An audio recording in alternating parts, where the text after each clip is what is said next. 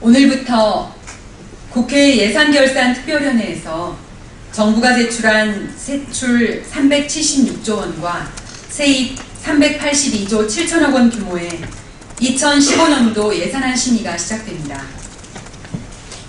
박근혜 정부의 예산 편성은 한마디로 재벌과 부자들을 위한 경기 부양 예산 편성입니다. 그리고 서민 증세와 부자 감세가 핵심입니다. 증세 없이 세입 예산을 마련할 수 있다는 대통령의 공약은 결국 거짓으로 드러났습니다.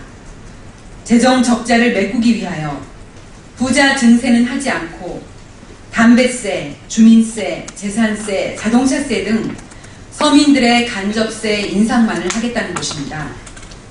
오히려 소수의 주식 부자들을 위한 배당소득 분리과세와 임대사업소득세 비과세, 기업 승계 상속 공제 확대 등으로 소수 특권층에게 더욱 부를 집중시키려고 하고 있습니다.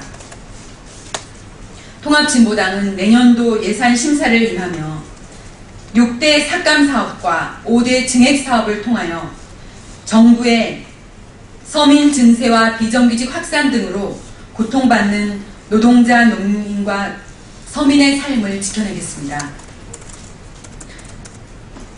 먼저 6대 주요 사업 삭감을 통하여 예산 낭비를 막겠습니다.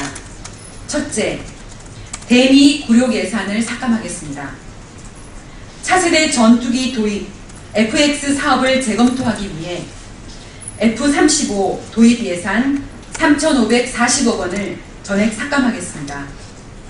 미국을 비롯한 공동개발국인 캐나다, 덴마크, 이탈리아 등의 국회는 성능 결함과 비용 상승을 이유로 F-35 도입 사업에 제동을 걸어 예산을 대폭 삭감하고 도입 시기를 연기하거나 구매 수량을 대폭 축소하는 방향으로 재검토하고 있다고 합니다.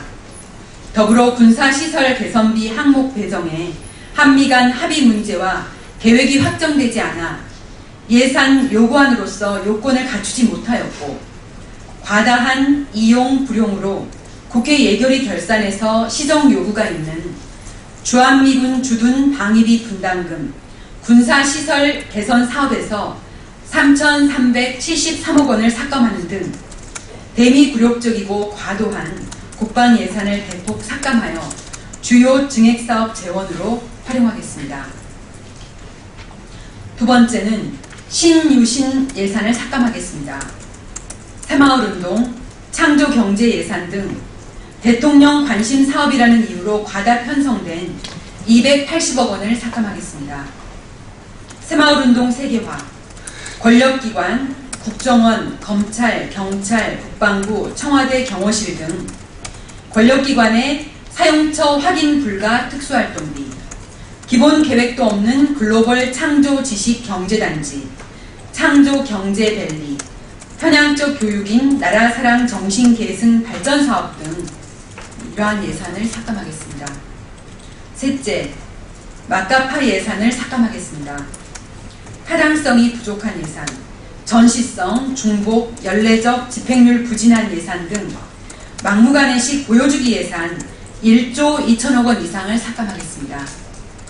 지속적인 이용 전용 불용 발생하는 경찰청 운영인건비, 지속적인 집행률이 저조한 대통령 비서실 시설관 및 개선사업, 법률적 근거가 없는 중동 북부 펀드를 활용한 제3국 공동진출 지원사업 및 해외 파병의 날행사, 전시성 국가혁신 범국민위원회 운영, 권익위 사업과 중복된 합동부패 척결 추진단 사업, 순수 외국기업 14%뿐인 무늬만인 해외 취업 지원 사업 등의 예산을 삭감하겠습니다. 넷째는 의료 민영화 추진 예산을 삭감하겠습니다. 의료 민영화를 저지하고 의료 공공성 확보를 위하여 327억 원을 삭감하겠습니다. 원격 의료 제도화 기반 구축, 글로벌 헬스케어 펀드, 사적연금 활성화 정책인 퇴직연금 기금 사업 등을 삭감하겠습니다. 다섯째, 사자방 예산을 파헤쳐 삭감하겠습니다. 4대강 후속사업, 해외 에너지 개발 등 자원의료, 방위산업비리 등 국정감사에서 문제를 제기했던 사업을 삭감하겠습니다. 여섯째, 국회의원 특권 예산을 삭감하겠습니다.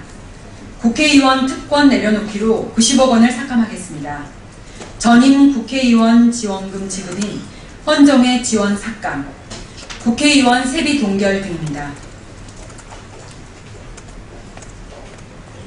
그리고 증액 사업으로는 5대 증액 사업으로 민생 지원 예산 6조 6천억 원을 증액하겠습니다. 첫째, 비정규직 문제 해결을 위하여 1조 2천억 원을 증액하겠습니다.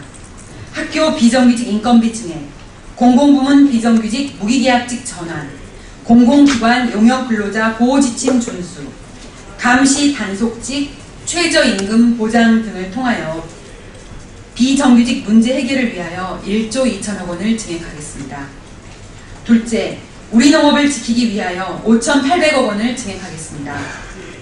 FTA 피해보전 직불금 산정 때 수입 기여도를 폐지하고 농가 사료 직거래 활성화 지원, 농산물 비축 규모 확대, 밭농업 직불금 단가 인상 등 우리 농업을 지키기 위하여 5,800억 원을 증액하겠습니다.